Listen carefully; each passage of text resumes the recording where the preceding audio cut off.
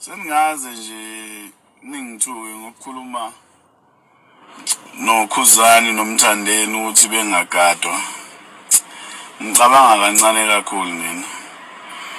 Bengingabathuki mina. Bengingabathuki. Bengibeka umbono. Yabo? Futhi lezi ndlamba lezi ningithuka ngazo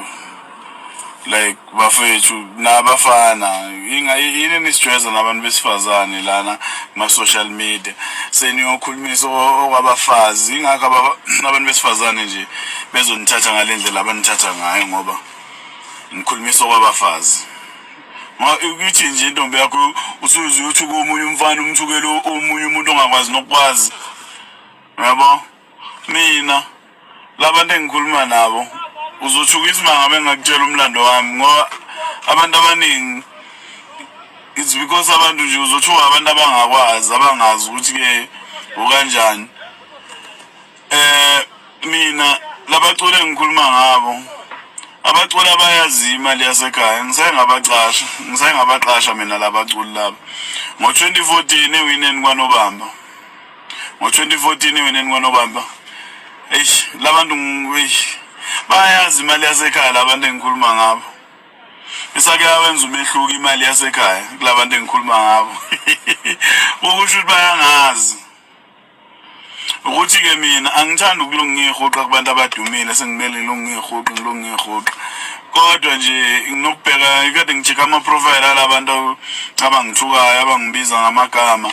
eshinyasho nje uthi yazi uTikTok uzokujwayeza noma Lunde Seras mina 2014 ngaqasha umtshengiseni Thokozani Langa bafana bamqumeni Mjikjelo osazwayo Khuzani Gcokamelisha ngisazi bani wesithi ngimkhohlwa but ngaqasha abacula abawu8 umgube ali umgube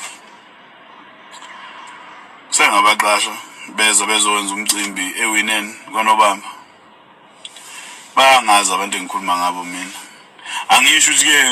uma bengazi ningizwe kahle ngoba manje banifuna ukwavula ukuthi ke sekumele ngikhulume noma yini but ngiyanivezela nje ukuthi uTikTok ngempela uzokudelesa nabantu nje angazi ngempela ngazi but bafethu hayi indaba yeni nina ngicabanga kancane kakhulu nene ningithukayo hayi ngicabanga kancane kakhulu angisiba abangani beni mina la benishaya nabilo Khuzani ibhonya mina